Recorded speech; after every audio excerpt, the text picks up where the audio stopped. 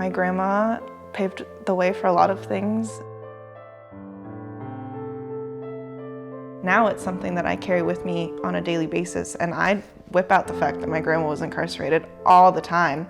And people are like, whoa. And I'm like, yeah, it happened. Let's acknowledge it.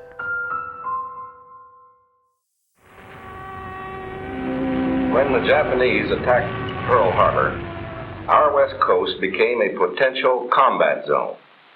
Living in that zone were more than 100,000 persons of Japanese ancestry, 2/3 of them American citizens, 1/3 aliens. All of them, citizens and aliens alike, would have to move.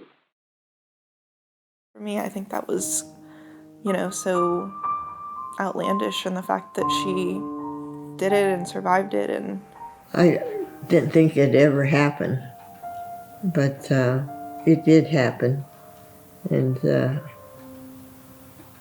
we were all behind barbed wire fence. The living conditions were extreme and demeaning, and psychologically really difficult to adjust to this new life of being incarcerated. The significant part of it is the civil liberties, the violation of constitutional rights. They didn't have any rights, and it was taken away from them.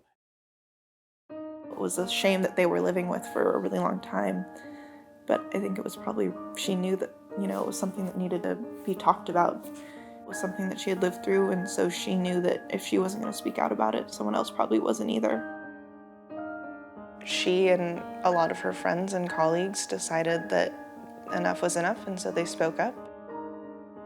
I remember at one meeting, nobody would speak up and say nothing. And so I said, okay, I'll do the speaking, So it wasn't easy, but I did it.